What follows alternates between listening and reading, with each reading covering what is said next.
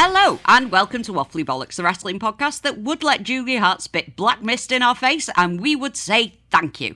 I'm MJ, aka Russell Trash, and my co-host is Sarah, aka Awfully Waffly. Hello! Hiya! Hiya! All right. I am good. I would get blacklisted.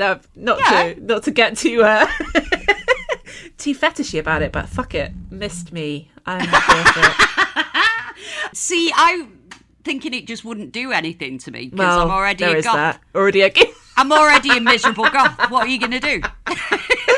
Oh no. Yeah, maybe it would turn my hair black. Maybe. Oh, no. We don't want that. No, it'll take you forever to get that out. Yeah, no, we don't want that. We don't want that. All right, well, we'll negotiate on the black mist. How are you anyway? I'm good. Yeah, we've had a decent week of graps. And then there's also Ring of Honor tonight. Ring of Honor pay-per-view. There's so much.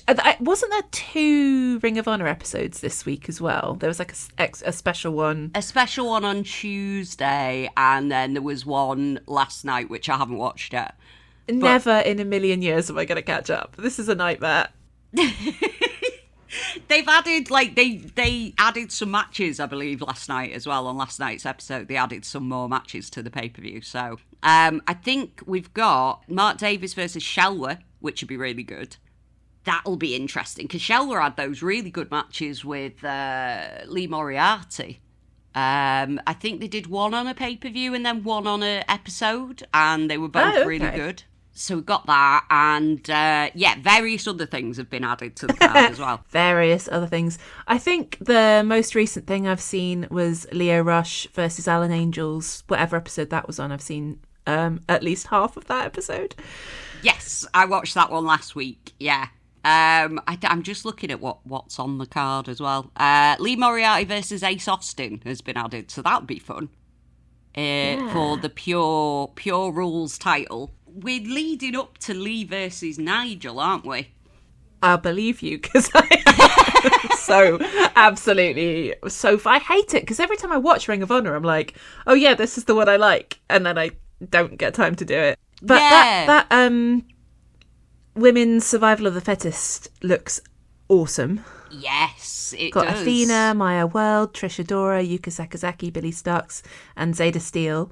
Maybe I'll just do the bad thing and just skip straight to the pay-per-view. The only thing you probably will have missed is like the building to the matches, like, and even then it wasn't that. I'm trying to think if there was any big builds to anything that you need to have caught up with, but I can't think of anything off the top of my head really. Sometimes it does start to feel like there's too much wrestling to fit into my life, and then I'm like, I don't want it to feel like a chore. Like, that's not what it's for. So yeah, if I have to just be like, okay, fresh start, we're starting at Supercard of Honor. Start at the pay-per-view and then go from there. You're fine. But yeah, we're kind of building up to Nigel versus Lee. Exciting, because Nigel has said that if he doesn't beat Lee this time, he said he's going to go quietly into the night. Oh wow! But he's not really been wrestling that often. No, he hasn't. Which it's like makes me think like I can't call that one. I don't know if Nigel's going to win it and have a bit of a run with the Pure title, or if he's going to lose and have his retirement match with Lee. Which is like, he just clearly put really Lee over likes. big. Yeah, he clearly really likes Lee, so I could see it going either way, to be honest. Yeah, either way sounds quite fun, like quite satisfying. So yeah. The card overall is decent. So yeah, good stuff. Good stuff. I am in my RevPro month now. It was Sheffield last Sunday, Doncaster this Sunday. The Sheffield show was chaos. There was a lot of that kind of booking of like, the big show is next week, so we've got to put every single person who is in a match on this show somehow. Yeah. Just pure chaos. We had David Francisco with Kelly Six and Josh James just calling out anybody, and they ended up fighting the Slater Dojo. So Leon Slater showed up and then dragged Liam out, and then I think they had Cameron Kai as well. And that was like, oh, my loyalties are so split. Obviously, David is my number one, but I do love Liam Slater. I think he's brilliant. So yeah, friend of the show, Liam Slater, and friend of the show, David Francisco. Yes, yeah, and then not friend Trent Seven. He had a match against Driller Maloney, and he came out and did his usual thing of high-fiving everybody in the front row, and we obviously all just refused to high-five him because he's a bad boy and he feuds with our guys. And he got to the end of the row and just stuck his middle finger up at us. Like, yeah, well, that's how it goes. I'm sorry. How have you managed to acquire a nemesis? I love him, really. It's fine. He's fine. Kayfabe nemesis. Unlike JJ Gale, who we truly hate. No, that's not even true. It's all it's all silliness. Into trouble. No, it's fine. I don't actually hate anyone. I don't think in Brit West, do I? No, I don't think so. No, it's just fun and games. You got to boo someone. It's like Sky Smithson had a match against Aluna, and I love both of those, but I was like, I will boo you, Sky Smithson, because that's what I'm supposed to do, and that's what you're trying to get me to do, so I will do it. Yeah. Exactly. It's yeah, fine. That's what you meant to do. Yeah. Following the rules. Sort of. Mostly. Apart from when it's Trent 7. Yeah. Yeah. I think we're allowed to cheer for Driller, aren't we? Are we? He's an exciting person. I don't know. He's exciting. I don't know whether he's a bad boy or not at the minute. I'm not sure either. Woefully behind. Like, you're behind on Ring of Honor. I am woefully behind on fucking New Japan. Like, because I think Battle of the Super Juniors is on, isn't it, at the minute? And I'm like, I have not caught up with any of that yet. Because lots of interesting people are in that. Nick Wayne's in that, isn't he? And he is. Robbie X and Robbie Eagles and lots of other people I can't remember. But yeah, it's exciting. Robbie X was bigging up Big Wayne. Who's Big Wayne? Bigging up Nick Wayne. Big Wayne. Big Wayne, call me whoever Big that Wayne. is. I'm Big Wayne. Big Wayne. Maybe one day. Maybe he will get bigger. Who knows? But yeah, he was like bigging him up because they had a match earlier this week, and that was nice. I like it. Aww, it's nice. People being nice about each other. It's nice. It is nice. What else has happened in sort of wrestling world? Swerve's done a bunch of interviews this week. Yes. Or was it? I don't know if it might have been one interview that's just been clipped a lot. But I have seen some fun stuff that he said, including when he was asked about AEW maybe being interested in Malachi Black, and he just like put his thumbs down and went. I was like, perfect. Yeah, because he was like, because the guy interviewing him was like, I heard that AEW were in talks to bring Malachi Black back, and then Swerve was like, I thought that was, and put his thumb down, and I thought that was the funniest thing ever. Like, I am gonna clip the bit of him going, and then just use it for everything. We need that, yeah. It was shady, but in a really nice way, which I thought was very funny. He was basically saying, like, whatever. He called him Tommy End as well, like used shoot name. Is that his legit government name? No, that isn't. No, God, it's something else. But he used that name, and he said basically like whatever he is after in wrestling, I hope he finds it. And it was like but it isn't here. It was very heavily implied. But you know, I think that's not even like necessarily shade so much as it felt like whatever his shoot name is. He didn't seem like he was happy and satisfied at AEW. He was no. like yearning to go back. So you know, I think it's fair enough to say whatever he was looking for, it wasn't there. Yeah, because I don't especially think that they would do anything different with him in hindsight either. Like, because if someone's difficult and they don't want to lose to anyone, like it limits what they're willing to do with you, I would imagine. Yeah, I mean, I guess we don't know, do we? But yeah, you hear things and think, oh dear. Yeah. But yeah, sure. I hope he finds what he's looking for. Yeah. It was a very sort of like it was a diplomatic way of putting it, I think. It was, yeah. Yeah. I wish him well. I think the thing is to do what it seems like he wants to, because he kind of like wants to have his own almost like universe kind of thing. It's like a single wrestling company isn't able to accommodate that, I don't think. Maybe he needs to start his own promotion then. Or write a novel. Or write a novel, what I mean? Yeah. Like something like that, because there's so many people and only so much time. Like, so you can't really do something like that, something that with the scope of what he seems to want to do anyway. You can't really do that in a single wrestling company. Like, there just isn't the time for that to fully. But I feel like they did give him quite a lot of time at AEW to talk. Like, I remember a lot of promos that were just waffle. It was like, you're not actually saying anything. Yeah. I would like it if you were being a spooky lore merchant, actually. Yeah. Sell me some lore, but it was all very vague, I don't think he really wasn't did. It? Yeah, it was all a bit nothing. Where are you going with this? And then it never actually went anywhere. So it was like, okay, cool. No.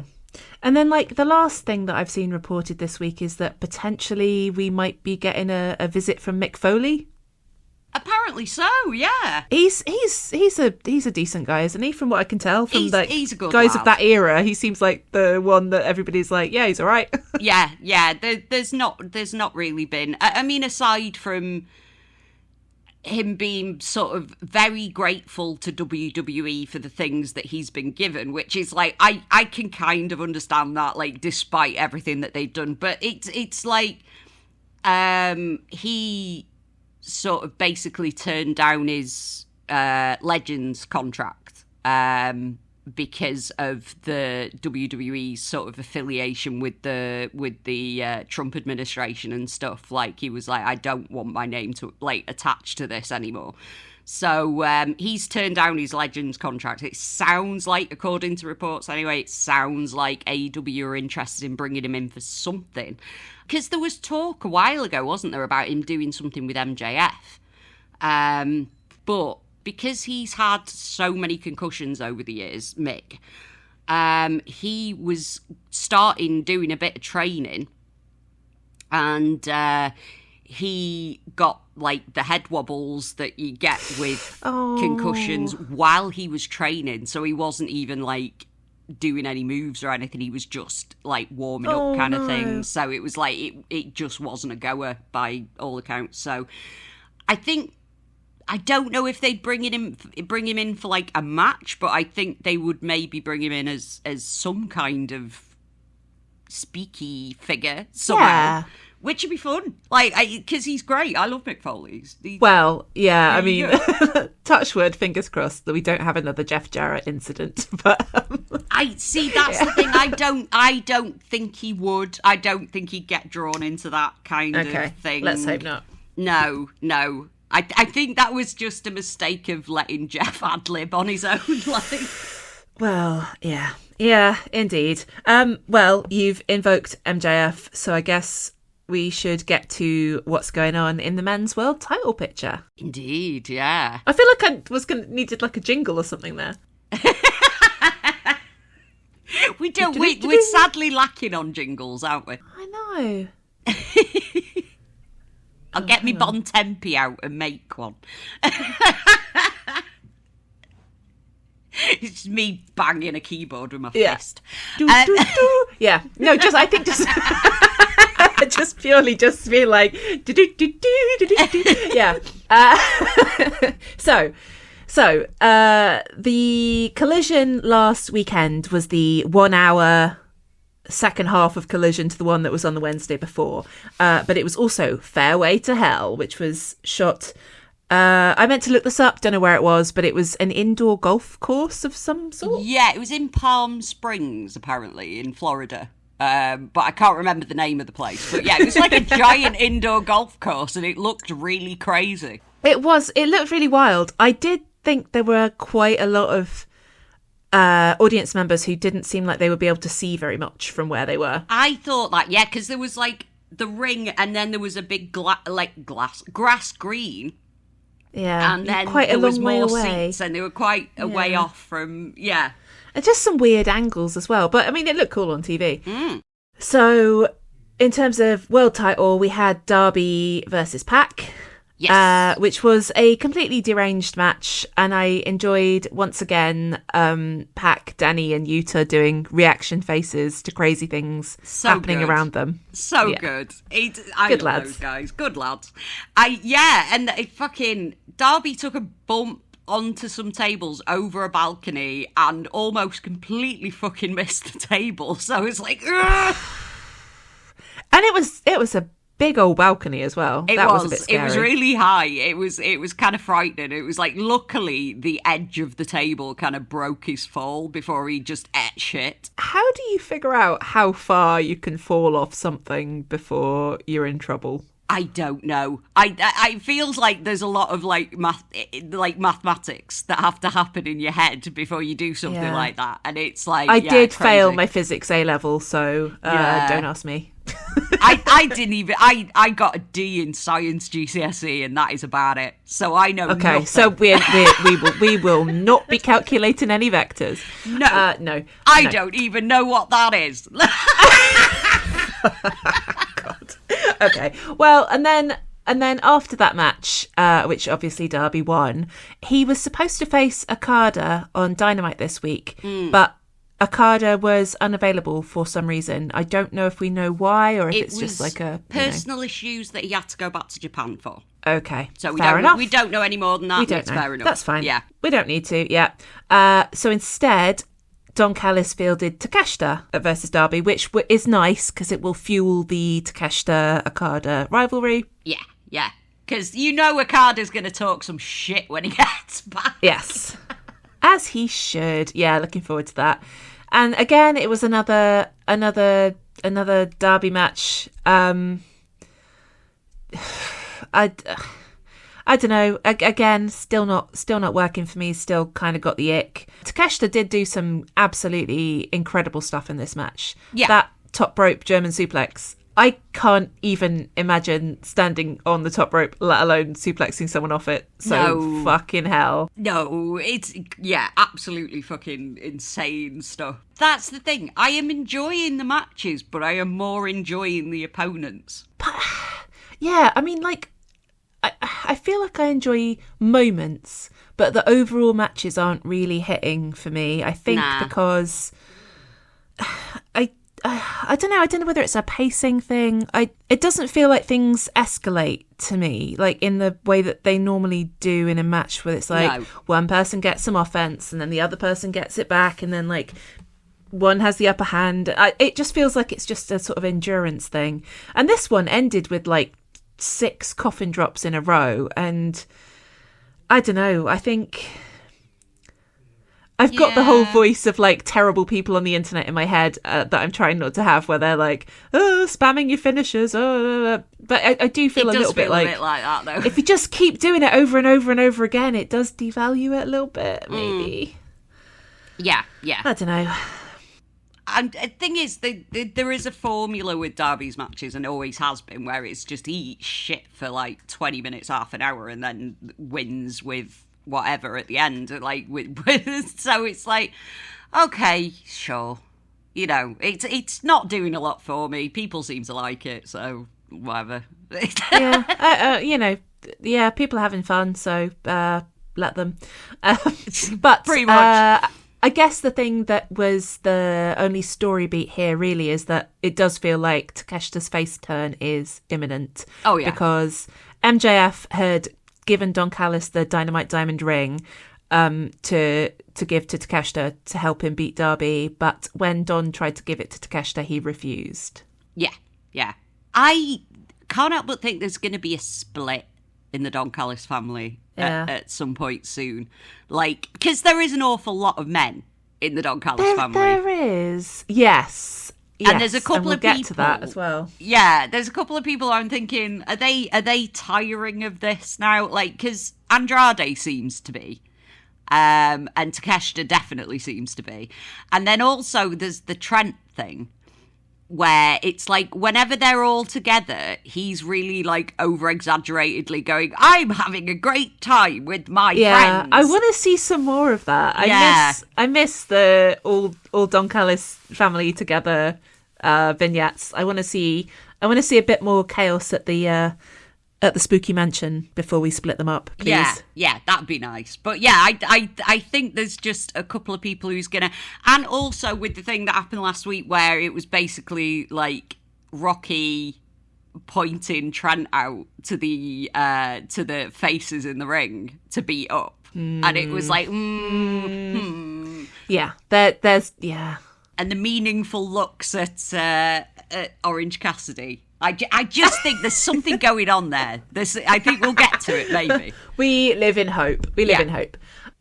But meanwhile, in the MJF of it all, the episode of Dynamite started with just comedy, and I loved it. I was so happy. So we started with MJF arriving at work and Renee attempting to interview him, but him getting really distracted by the fact that bald men kept walking past. This is so stupid, and I fucking love it. Like, they just clearly just went round every bald man they could find. They had Rick Knox, they had Bryce Ramsberg, we had Christopher Daniels, Sanjay Dutt, John Silver, Tommaso Ciampa, and then obviously, inevitably, ultimately Ricochet. But then there was just like a bunch of just crew guys as well. Like, they genuinely must have just been going around backstage. The bald security guard guy was there, and yeah. Funny. Delightful. Very funny. So fucking funny. And Max just walking and getting increasingly freaked out by the fact that everybody was bald. I love this. I love whoever's crazy wrestling brain has gone, hey, the fans have got really into chanting bold. What if we turned that into a thing? And what if we like actually did a little story? I love it. It is good. And the thing is, do we think he's actually going to end up getting his head shaved? I kind of do. I honestly can't call it at this point. I kind of think. I mean, obviously, we don't have a fucking clue. I kind of think he's gonna, just because I feel like Max is the kind of wrestling obsessive fan that would be like, I want to do everything. I want to do all the tropes. Yeah. Because it kind of felt like that when he had his Texas Death Match. Yeah. It was like doing all the big Texas Deathmatch spots kind of thing. Yeah. Like, it's almost like he's gone, I'm only doing this once. Yeah, make it good. So I want to do all of the silly spots that's in every I Texas genuinely Deathmatch. don't know. I mean, I've seen people kind of speculating or outright saying for a while that the plan was that the belt was going to go back to Max, and maybe it will. I kind of feel like I won't be surprised either way, because I can see either. I don't know. I'm in that state where it's like, actually, I'm quite happy to be here because I don't know who's going to win, and I don't really mind. Yeah, it does. Yeah, I'm not particularly arsed either way, but it's like MJF winning. It's kind of like so we've basically gone like, the main event at Wembley is Ospreay versus MJF, and we've just had an annoying detour along the way. So it's like, I don't know. I mean, I guess I think if Max were to win, I don't really know what else there is for him to do. No. Like, he was just champion, and he did a lot of the, like, you know, like, felt like he'd worked his way down the list, ticking off some big stuff, like defeat Kenny, defeat Hangman in a Texas Death Match. Like, I don't know what else there is for him to do with it. No. That's the thing, innit? I'm not entirely sure. Because it's like, I don't know. I don't know either. But there was rumours and chit-chat about the title changing hands at least once between now and All In, which is like, I mean, it's what, May? Like, there's still a way off. Yeah, as always, we don't know. I do like the idea that it changes hands more often. I'm kind of here for that, rather than just one person having it for months and months and months on end. Yeah, I don't mind if we ping pong it around a bit. I guess mind, as long as the run is good in the meantime. Exactly. Yeah, I was going to say, I would like it if there was some sort of idea for what you're going to do once the belt's on someone. Yeah. But I don't mind. I think what's interesting is that for perhaps the third or fourth year in a row, we've all decided that is Ospreay main eventing All In. And this time it might be the case. Yeah. Which doesn't mean that anybody who's been saying for 4 years that Will Ospreay's going to main event All In is correct, because you can't just keep saying the same thing over and over again until it happens. But because of where we're at with Will Ospreay and his story at the moment, it's not clear to me whether he needs to be fighting a face or a heel at All In.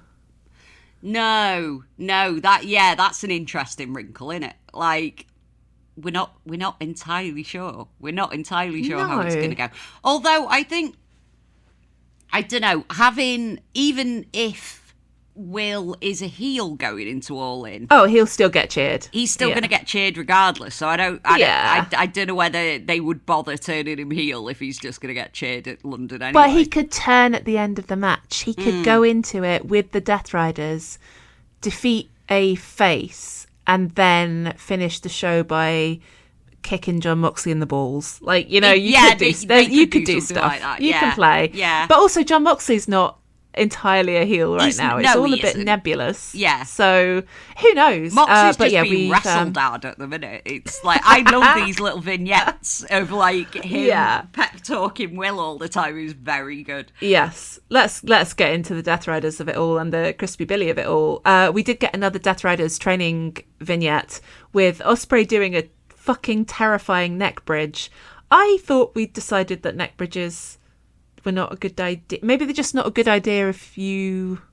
I don't know. I guess he must be doing it fully supervised and medically. Yeah, I'm sure it's fine. If he's doing it on the telly, I'm assuming it's fine. Fucking terrifying. And then Jon Moxley had a big old yap. I did not retain any of what he said. All I've got in my head is going, you can fly. You can fly. You're a bird, Will. You can fly.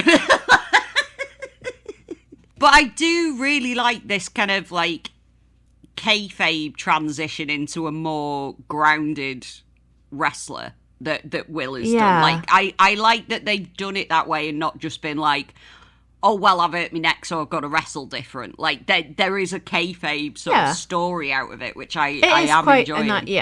It's quite nice. So he had his first proper match against Ace Austin, and like you say, was doing a lot more grappling, and he won by making Ace Austin tap out, which is a new thing for him. Yeah, he did. It was like a transition into an armbar, which looked really fucking slick. So it's like, I'm fine with Will wrestling like that and like not flying through the air and breaking his neck. I am 100,000,000% on board with Will Ospreay doing a wrestling style that's not quite as dangerous to his own body.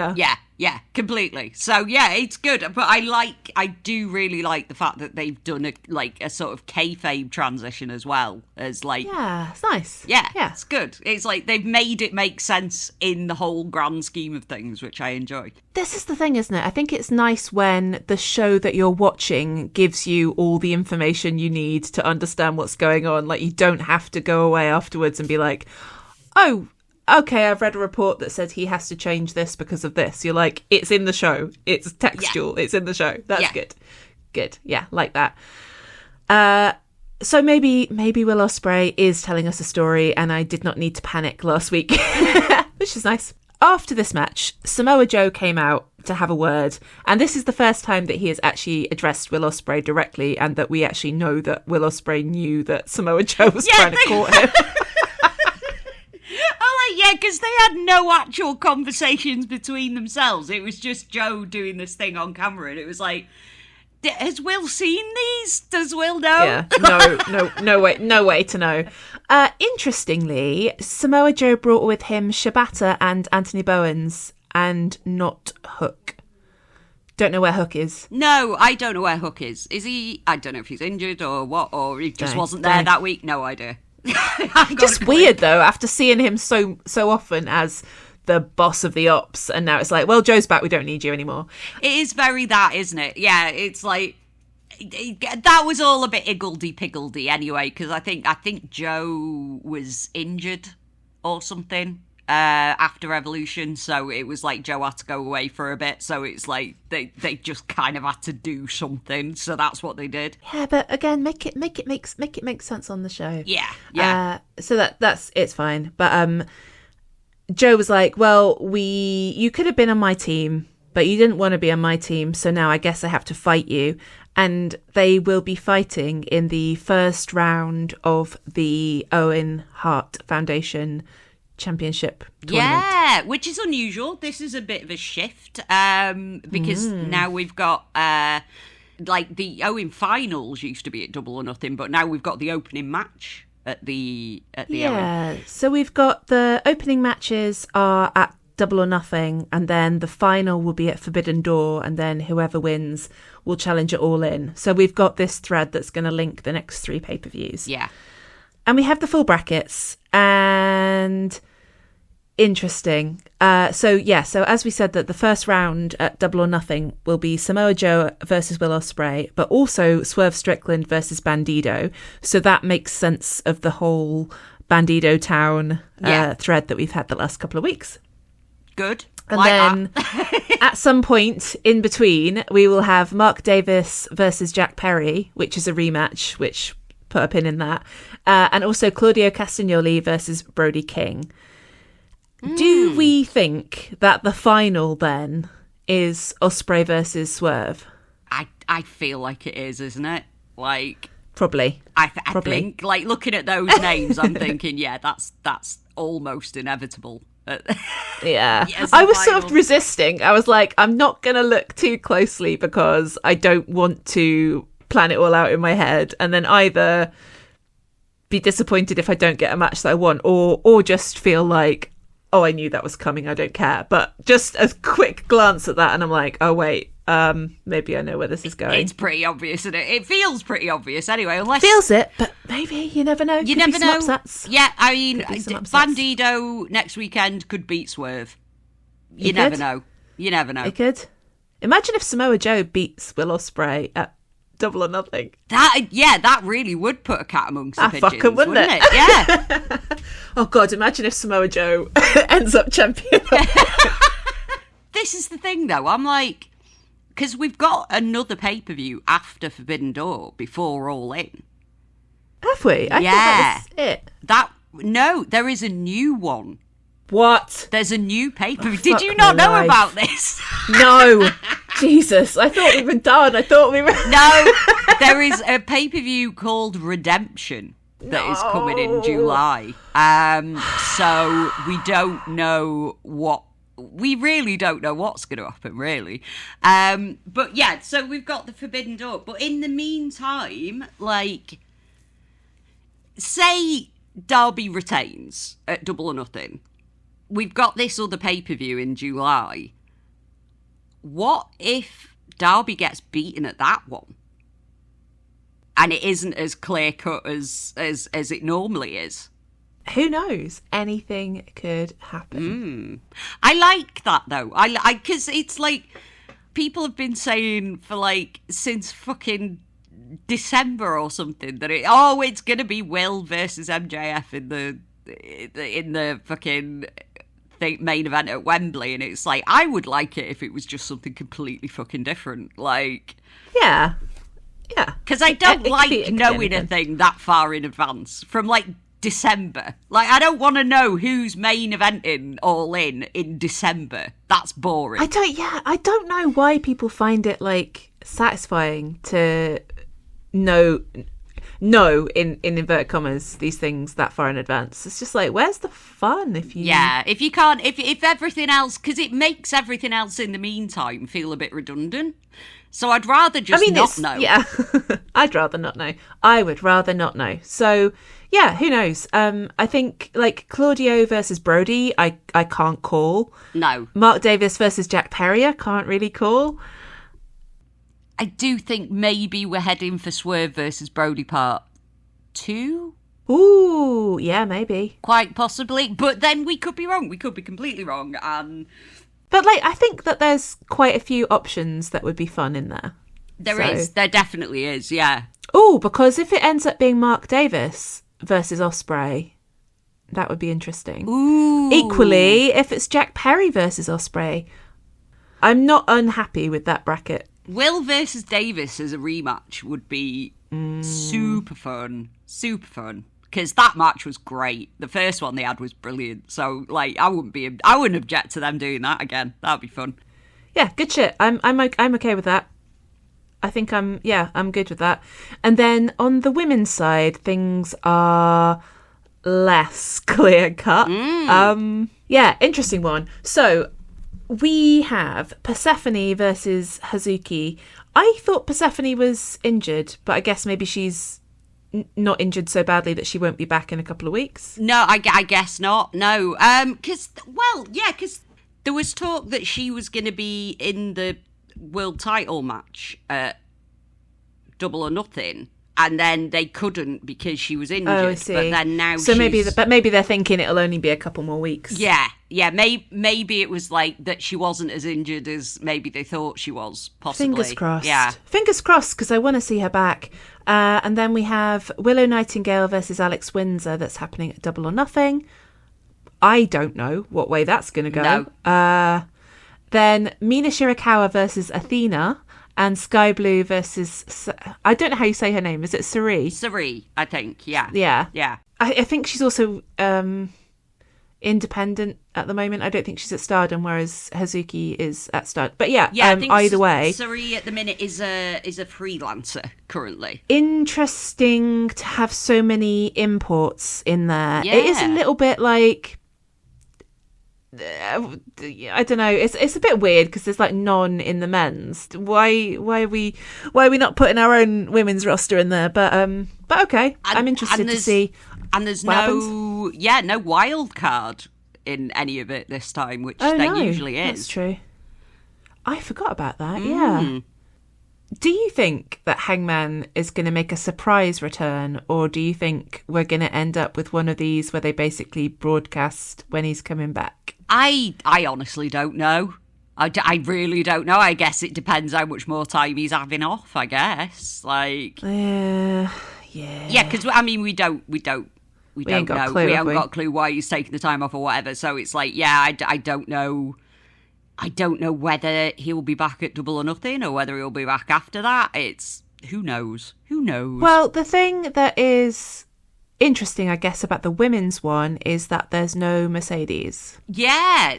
Like neither of them are defending their title, as it were. I'm surprised that Mercedes isn't in this. Like, I am very surprised because I mean, but then I think also, like, if she comes back and it's like the renewed focus on getting the women's world title without all the distractions of having the other belts, then I think that it needs a little bit longer.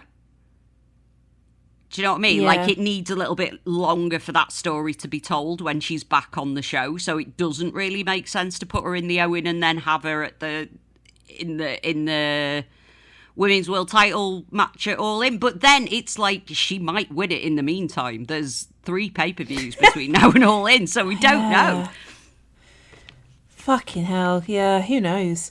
I think the fact that it's called Redemption is interesting because maybe that's what it is. Like, maybe Mercedes is going to come back and win it at this Redemption pay-per-view, maybe? Who knows? Maybe, but I also think, like, it's just one of those words that they like in wrestling to name an event. Yeah, true. Like I actually could have sworn there used to be another pay-per-view called that, but maybe I'm wrong. Maybe I'm completely wrong about that. I thought it was like maybe a TNA one. But maybe that's not right. Maybe it's another word that begins with R that's kind of similar. I hope that Lio Rush has a match. Well, he's definitely got a match match in... Oh, no, I was right. I was fucking right. There was... Sorry. There was Impact Wrestling Redemption was in April 2018. Oh, wow. Well done. Clearly they didn't copyright the name of the pay-per-view, I guess.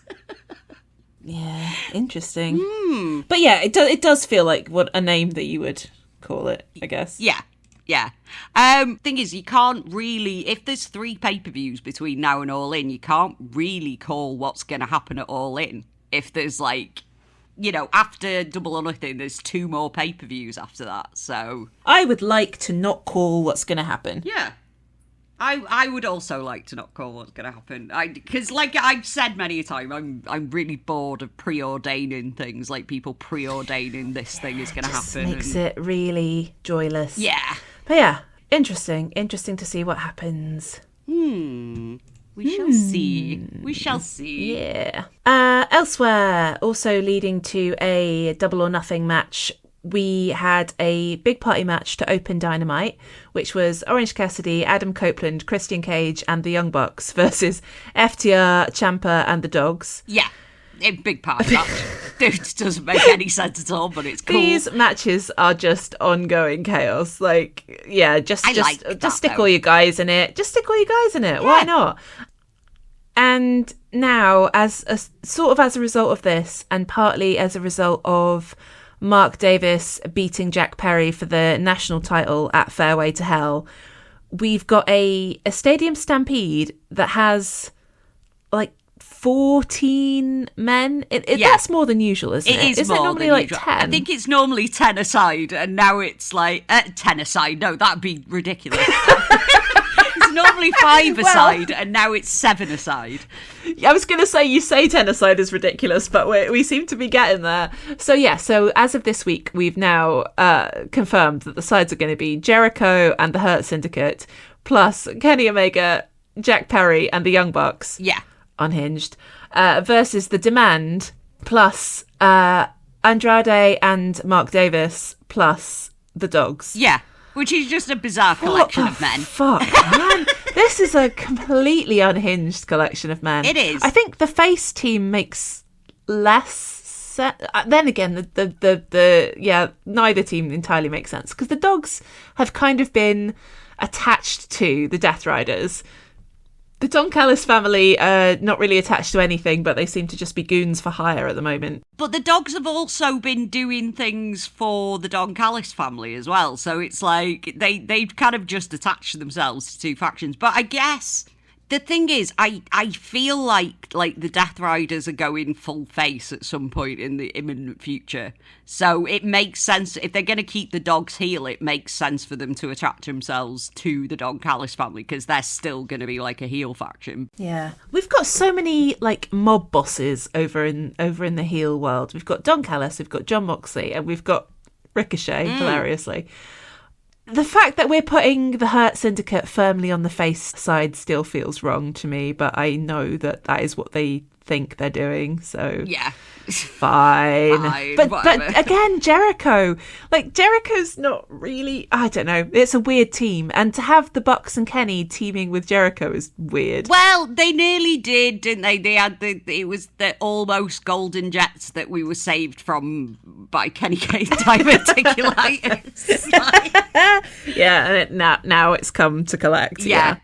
They obviously they've gone back to it, but I mean, I'm kind of fine with it, because it means that like Kenny and the Bucks and Jack are going to be on the pay-per-view. I'm happy with that. So. And doing a big party match and doing something crazy, because Stadium Stampede is normally chaos. So yeah, that's probably going to be fun. At least I think now the guys that I like in this match outweigh the guys that I don't like. Yeah, well, I did say last week, I hope somebody that I'm more into gets involved in this match, because it's like, I love Stadium Stampedes. I love fucking Anarchy in the Arena. Like, those kinds of matches are just completely my cup of tea.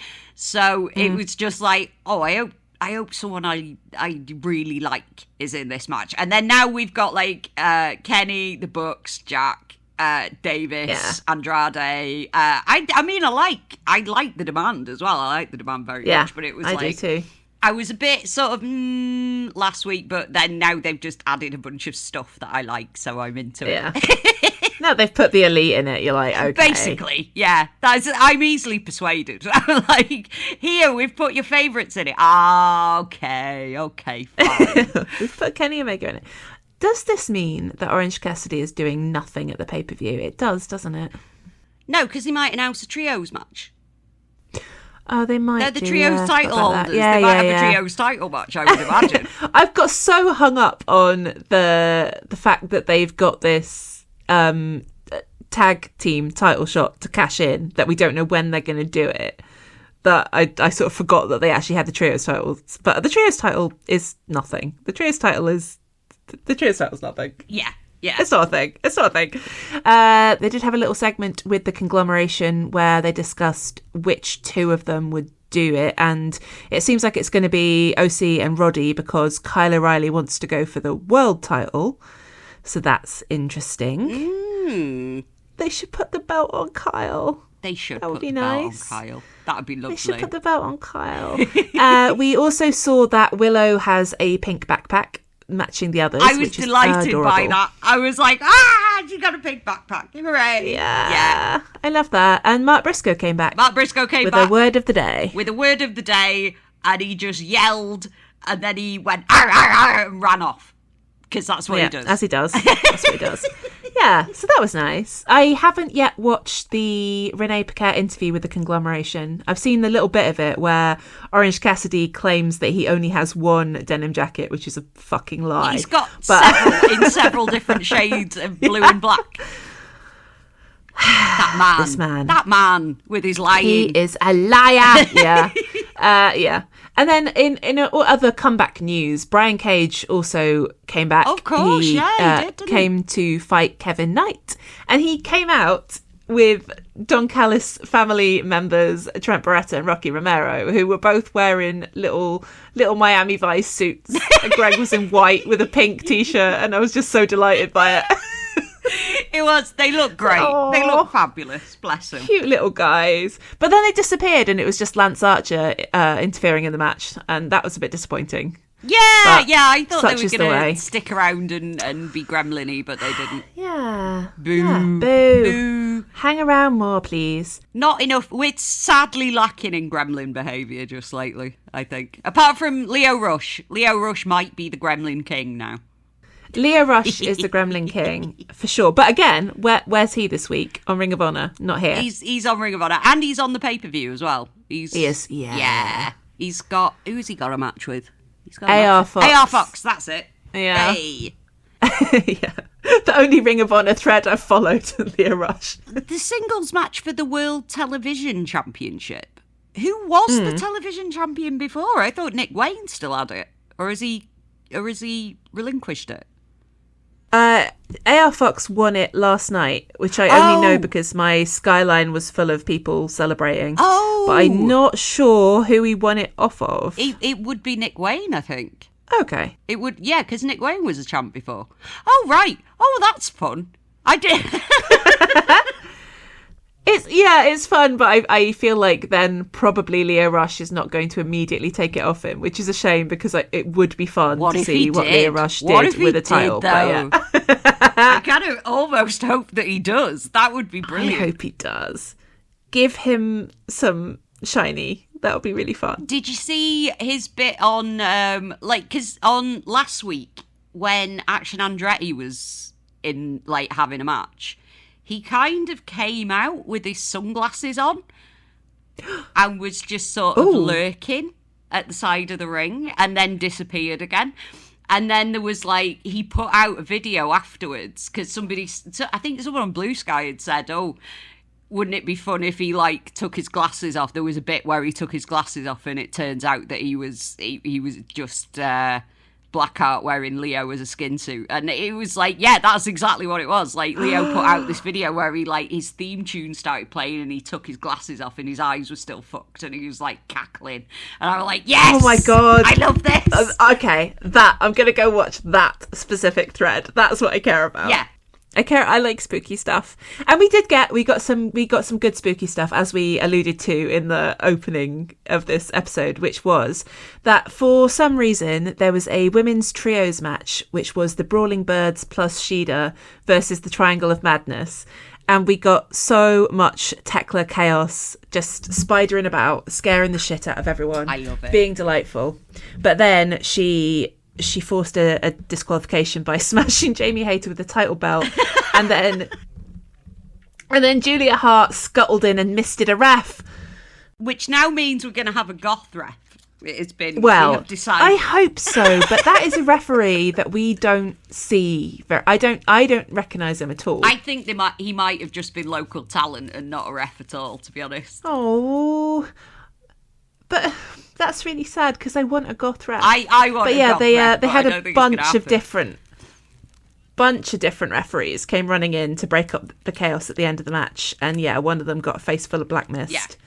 But it was just some dude.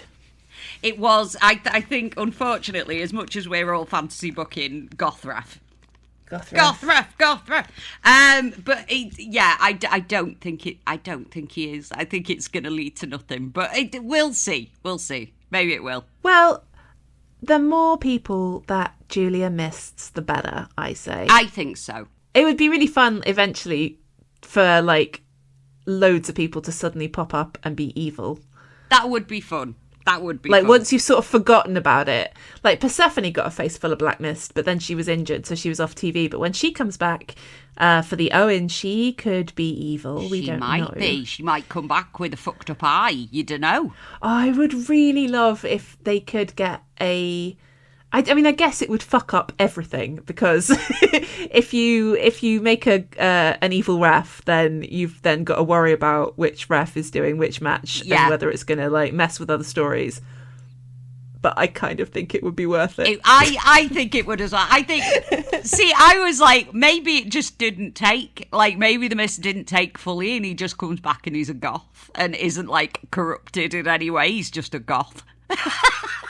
But in the same way that, there is this kind of thing of, if it's Rick Knox and a Bucks match, he's probably going to be slightly inept in their favour.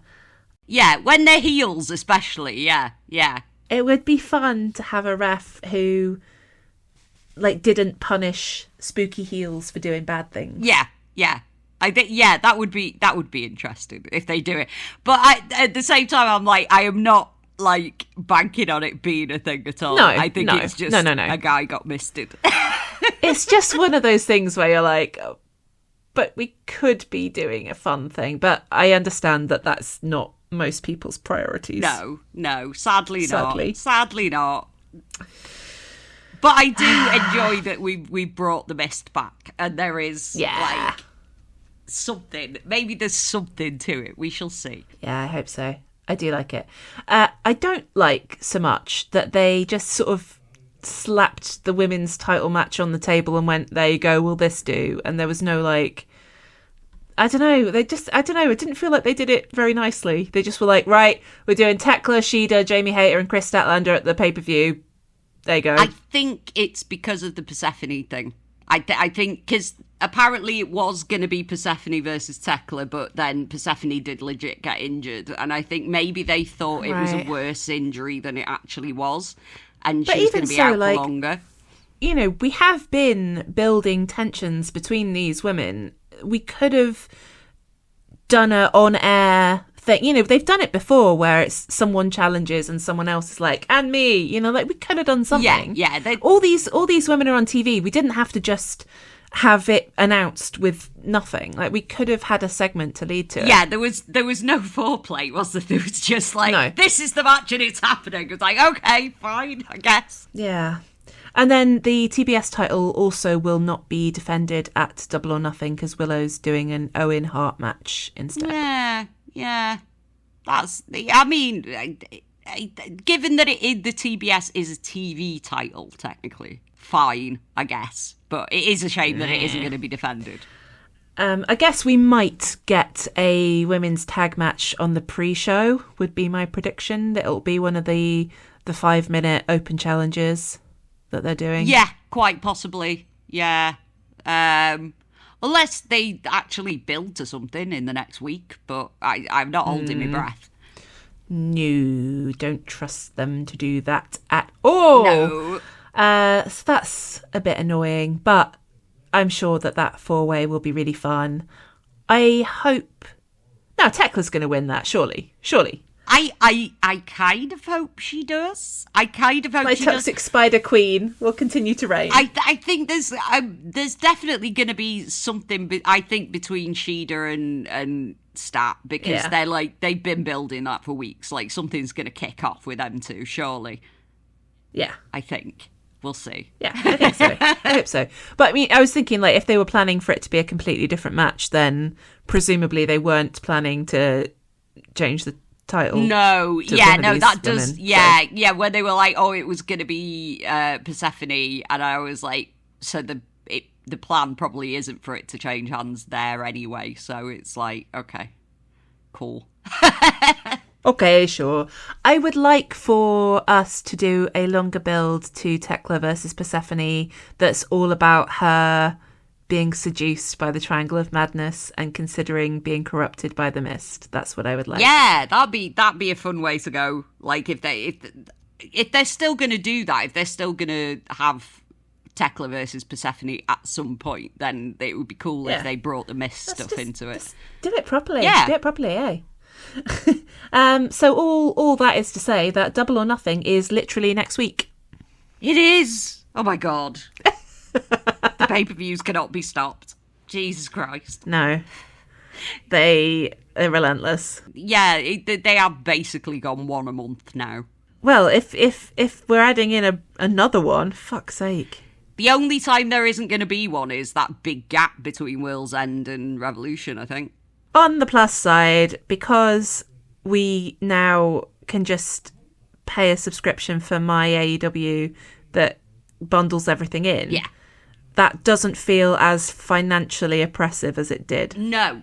On the upside, no, it doesn't. Like, because I think before, when it was like we were paying for, like, Honor Club and Triller, like AEW Plus on Triller, and we were paying for the pay-per-views as well. Yeah. Like, that was working out at about, like, getting on for 40 quid a month, whereas this is like 14 quid a month for everything. So it's like, it's fine. Significantly better. It makes it easier for us, like, outside of the US and Canada anyway. It makes it a lot cheaper and a lot easier to watch all these things. And obviously anyone in America and Canada who's got a VPN can get on there as well. Yes, but indeed. Yeah, I appreciate, if they're going to do pay-per-views that often, I appreciate that it's a lot cheaper than it used to be. Yeah, I mean, to be fair, I think it's always been a big chunk cheaper for us than it is for people in the States anyway. Because weren't they like $50 a pop? $50 a pay-per-view, yeah, plus the whatever they're paying for HBO Max, which is like more than what we're paying, and plus Honor Club if people are watching Ring of Honor, like. Yeah. Well, I just handed over like £100 in one go for everything for the year, so I'm like, everything's already paid. Everything's free now. Yeah. Girl maths. Yeah.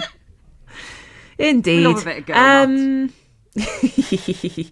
What is your happy thing this week, if you have one? Is it? It might be. It's one of the things is definitely. But also, I was quite delighted that Davis won the national title. Actually, I was very happy about that because I fucking love Davis, and I thought I was slightly worried about him in the, like, when they kind of broke up Aussie Open and Kyle had this kind of meteoric sort of rise, and I was like, where does this leave Davis? Like, it's kind of like just left him in the lurch kind of thing. But no, it's like they've been booking him like he's a beast, which he is, obviously. But they've been booking him like he's a beast, and also he's won a title now. He's won 2 titles because he won the trios titles briefly. Yeah. So yeah, all into that. I'm delighted for him, and I'm glad that they can, that they see what he's got kind of thing, and that he's getting all these cool matches. So yeah, I'm into that. So that was my happy thing. As much as I love Jack, I think Jack's great, but I was just happy to see Davis getting his due, I think. Like, because he's been working his ass off, so that was nice. Enjoyed that. Yeah. I think mine is just RevPro season at the moment. I am really looking forward to the Rumble. I love a Rumble. It's been too long. I'm excited about that.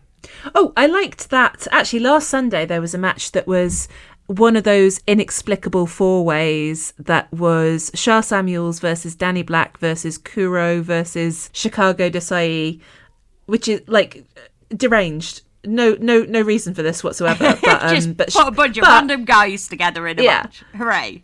But Chicago ended up winning, and I was just really happy and delighted by that. He's one of the guys that's one of the contenders. Oh yeah. So it was nice for him to like have a real nice moment of winning a four-way. Delighted. Yeah. Love that. Maybe they'll let him have his own entrance soon. But yeah.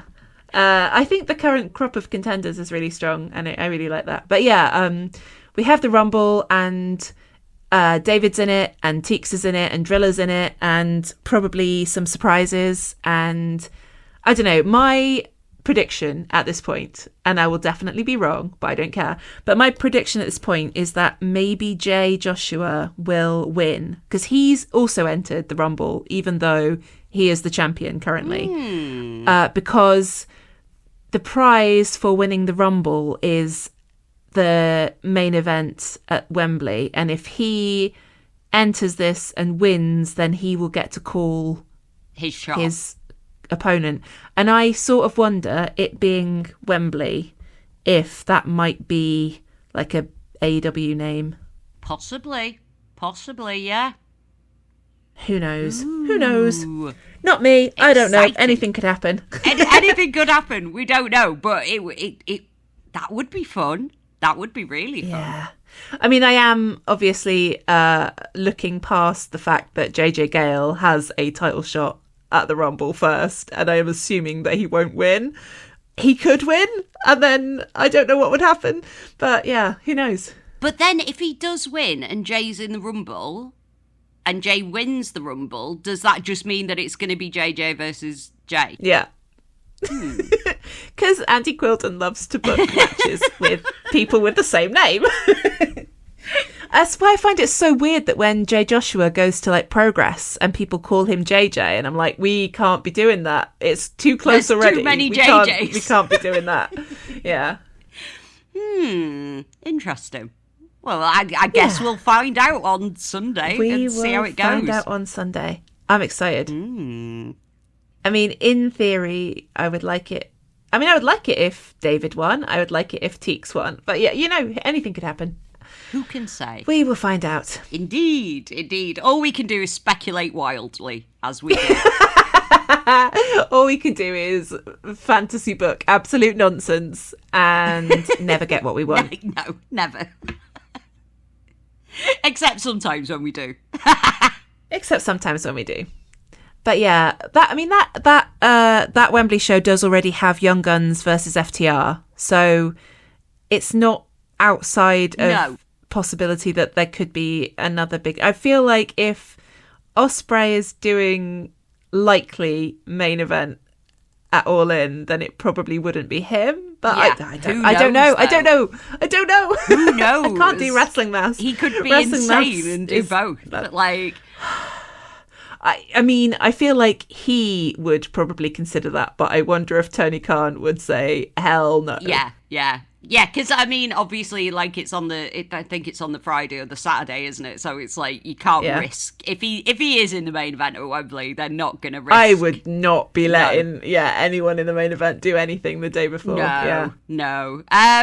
But it'd be interesting to see. I know because a lot of AEW guys turn up on those sort of bank holiday weekend shows, so we'll have to see, I guess. We'll have to see. Yeah. I don't know who Jay's favourites are. I don't know who he would want to challenge. Beast Mortos. Yeah. I mean, you never know. God, there's so many things that would be really fun to watch. Like, Beast Mortos versus Jay Joshua would be fun. Yeah. But, like, they're both, like, big guys. Like, would it be fun to put someone like... a bit more flippy. Like El Clone? Ooh. Oh, my God. Also, last week, I can't believe I forgot this.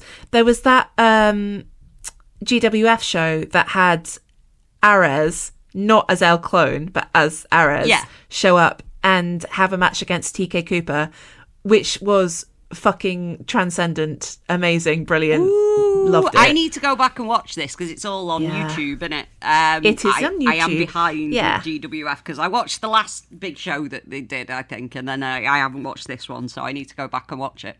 And that was the Saturday, and also on that same show, I think he's called Tony Harting. There's a guy who comes out with a cape made of tigers, like it's like plushy tigers. Oh yeah. So he's got like, I know the guy. Yeah. And he came out and issued an open challenge, and it was answered by Chuck Mambo. So that was also a delight. Ah, love that! Yay! Yeah, love my guys getting to do stuff. They then dropped their tag team belts the next night, so we don't talk about that bit. but all of that is to say that El Clone / Ares, whichever persona he's in, is just so much fucking fun to watch. Did I read that right? That it's Evil Jared from the Bloodhound Gang? Oh yeah, he's a regular at GWF. Apparently so. I had no idea. I have met that man, and he signed my chest. Well, that's delightful. Yeah, he's he won the titles, didn't he? I can't remember who his tag partner is, but wild, crazy things going on over there. Random, yeah. It was like, because it's one of those bands that it's like every now and again you think of them and go, I wonder what they're up to now. But apparently, Evil Jared is a wrestler winning now. championships in Germany. That's crazy. Why not? Fun, very. Why fun. Wouldn't you? Of course, Why not? Why not, eh? So we will be back with you with another episode next weekend because we'll have Supercard of Honor to talk about and other stuff. And then, I think we're just doing Saturdays from now on for the foreseeable, right? Are we doing Double or Nothing next week? We're doing Double or Nothing next week, so that'll be a bit late. But then... Yes, but I have fucked that up for us because I'm visiting my mother for her 70th birthday while Double or Nothing's on. So not sure how that's going to work, but we'll figure it out. We'll figure it out. We'll see you at some point in the next week, probably. Yeah, it's fine. We'll be back. If you enjoyed this episode, please do subscribe, rate, review, leave comments, do all that stuff. You can follow us on Blue Sky as wafflybollocks.bsky.social, awfullywaffly.bsky.social, and wrestletrash.bsky.social. You can email wafflybollocks@gmail.com, and you can get your Silly Graps t-shirts, mugs, hoodies, and hockey jerseys from co-fi.com/wrestletrash/shop. Indeed, and if you use the code BSky, baby, you will get 10% off at the checkout. Lovely. See you next time. Bye. Bye. Love you. Bye.